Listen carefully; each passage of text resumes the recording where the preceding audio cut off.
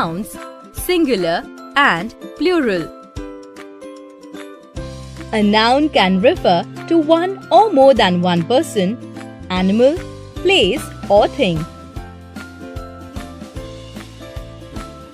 A noun that names one person, animal, place or thing is called a singular noun. A noun that names more than one person, animal, place or thing is called a plural noun.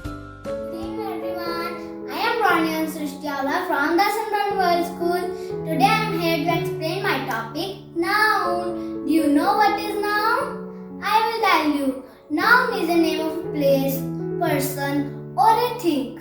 So let's learn more about my topic and discuss about singular and plural noun. So, do you have any guesses about singular and plural noun? No? Don't worry. I will tell you. Singular, it indicates only one number, but plural, it indicates many numbers. So see some examples. Book, books. Tree, trees. Chair, chairs. Table, tables. Boy, boys. Girl, girls. Pen, pens. Child, children. Tooth, teeth. Which our favorite fruit? Mango, mangoes. Glass, glasses. Story, stories. Baby, babies.